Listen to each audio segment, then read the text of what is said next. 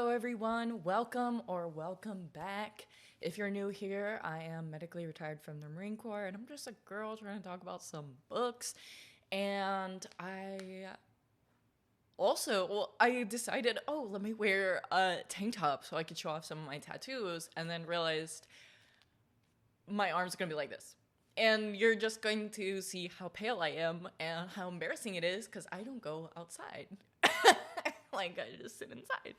But anyway, so I was going to be doing vlog form. Oh, before I even start, if you are not subscribed, please subscribe for one. But for two, if you're not subscribed to my other channel and you like novels, you like books, you like fantasy books, then please do go over there and subscribe. I will. And it's not a One Piece reference, but it looks like it.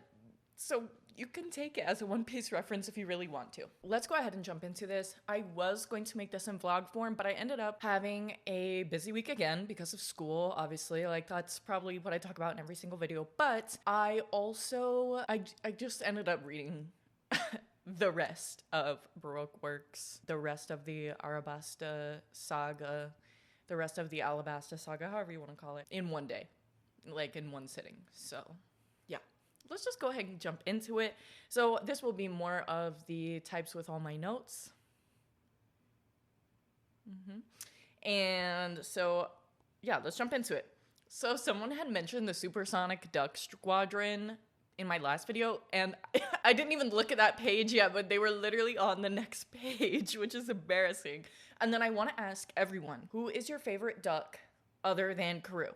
Because Karoo is a cop-out answer. Like, I feel like Karoo is my favorite, obviously. But who's your favorite other than that? And can you guess my favorite? Because there's one that stuck out to me over all of them, and yeah, he just has to be my favorite. So Miss Merry Christmas, having the human mole dig fruit. For one, the name is so funny. I love how Oda's names are just so on the nose for his stuff, and I don't even care. I just think it's so funny. I also, when Usopp was battling Miss Merry Christmas and Mr. Four with, I forgot who Sanji was. Not Sanji. I forgot who Usopp was with. But anyway, he was with Chopper. Okay. I was got when he had the 5-ton hammer for 1 second. I was got. And I was like, ooh, he's got a 5-ton hammer. Is it actually him? Or maybe is it his dad? And I was like, no, his dad doesn't even really look that similar to him. And then, like, he does, but he doesn't look identical. And then, and then when it was found out that it was paper mache, it was like,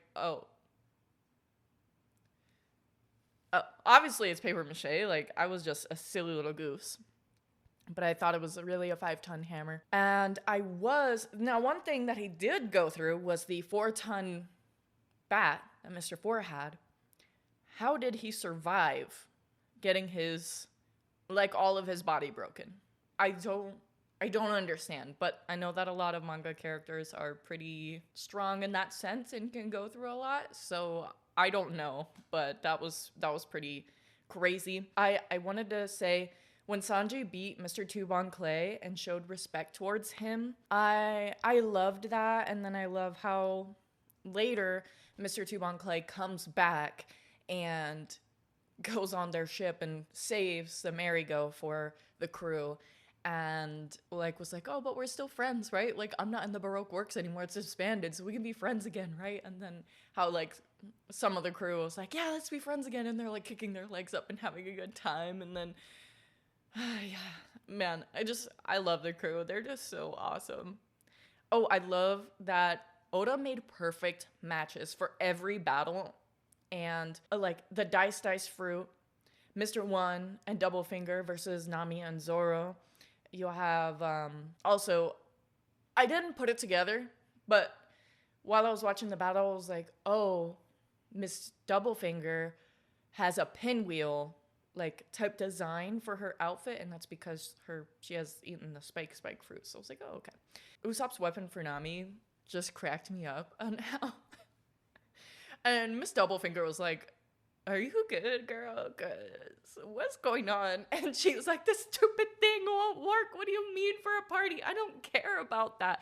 I don't care about doing party favors. Like, I need this for combat. And she ended up being able to use it, and it was good. I love the Hachi side stories. I think that people are going to talk about it anyway in the comments, but I love the Hachi side stories. Don't worry, I pay attention and I read all the SBSs. Like, I sit there for every page and I'm trying to look at all the details. Okay, there's a lot going on, but I try to look at the details even for SBS and for the side stories and everything. So don't worry, guys, I am paying attention and I know that this stuff comes back.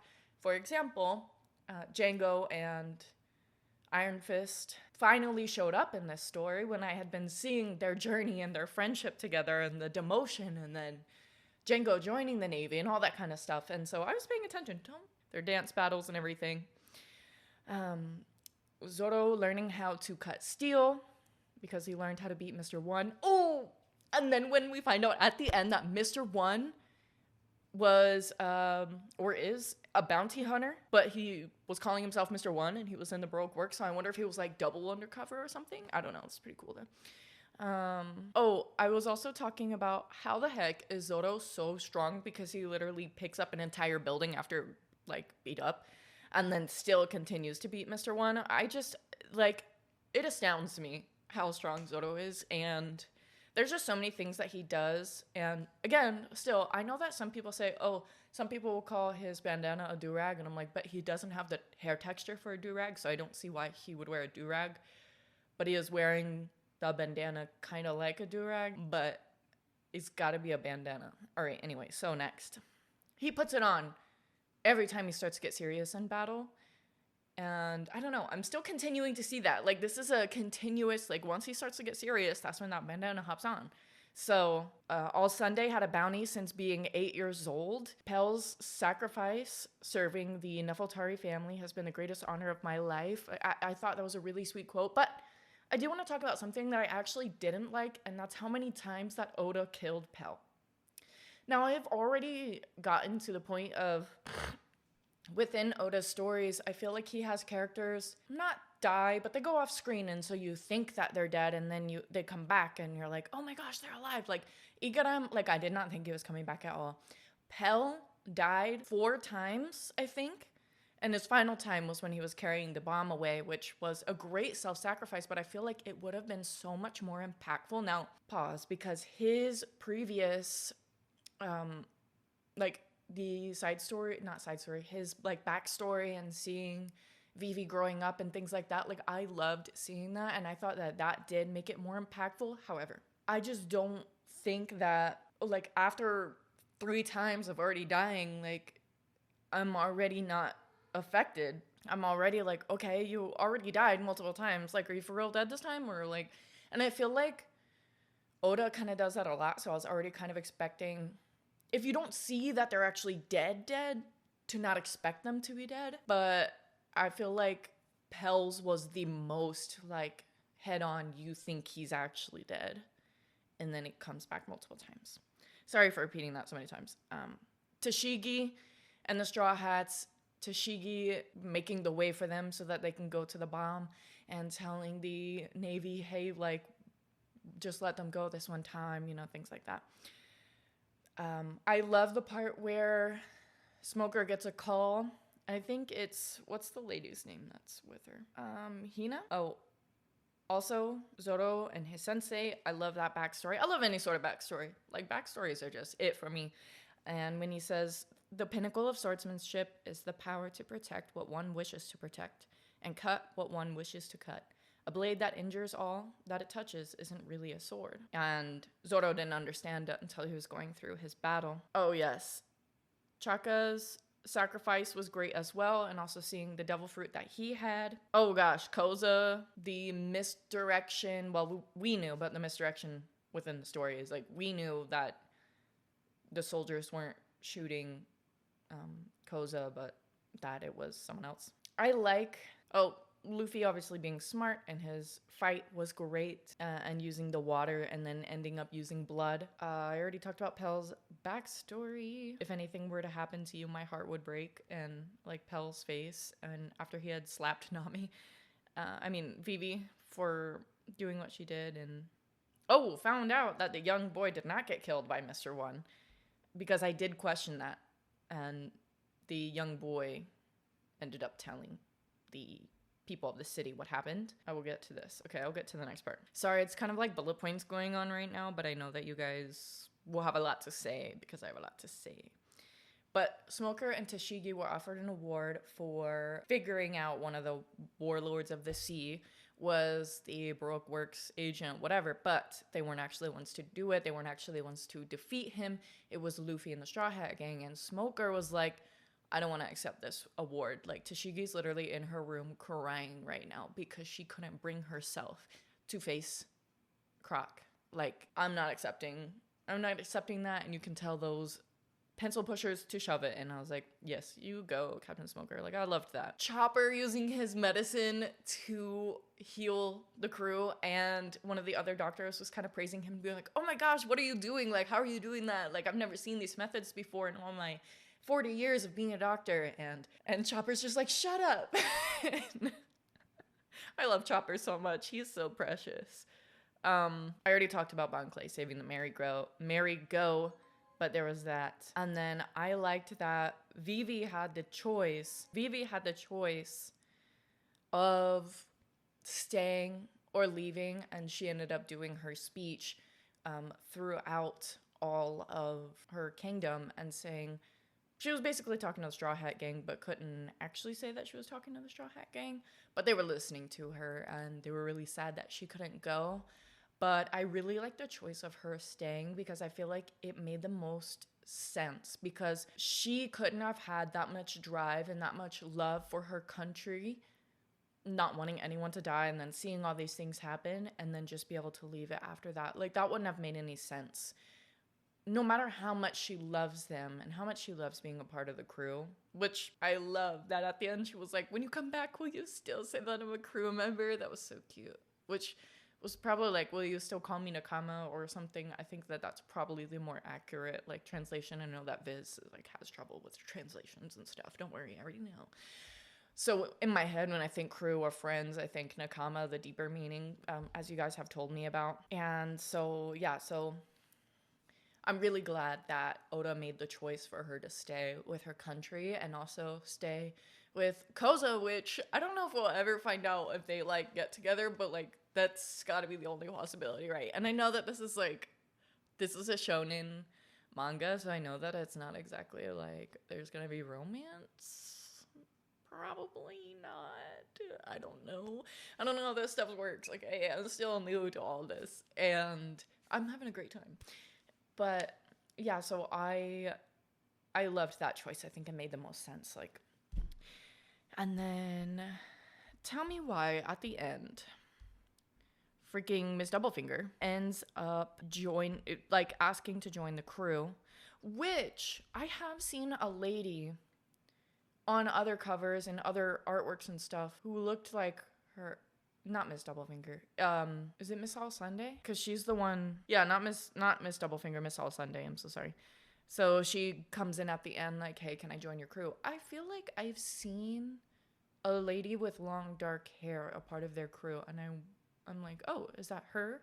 Because I try not to look too into it, because as I've talked to you guys about, like, it's impossible to avoid spoilers, so I try not to look too into the things that I see in the store when I'm seeing like pictures of a gigantic crew, which we don't have yet. The panel with Chaka and it's either the Marines or the Navy who's questioning him about like pirates being there before they leave. And they're literally walking past him and be like, hey, what'd you get from the store today? And Chaka's looking at him like, what proof do you have that pirates are here? And they're literally walking behind him. It's hilarious. I loved that. And the scene of all of them celebrating was so precious.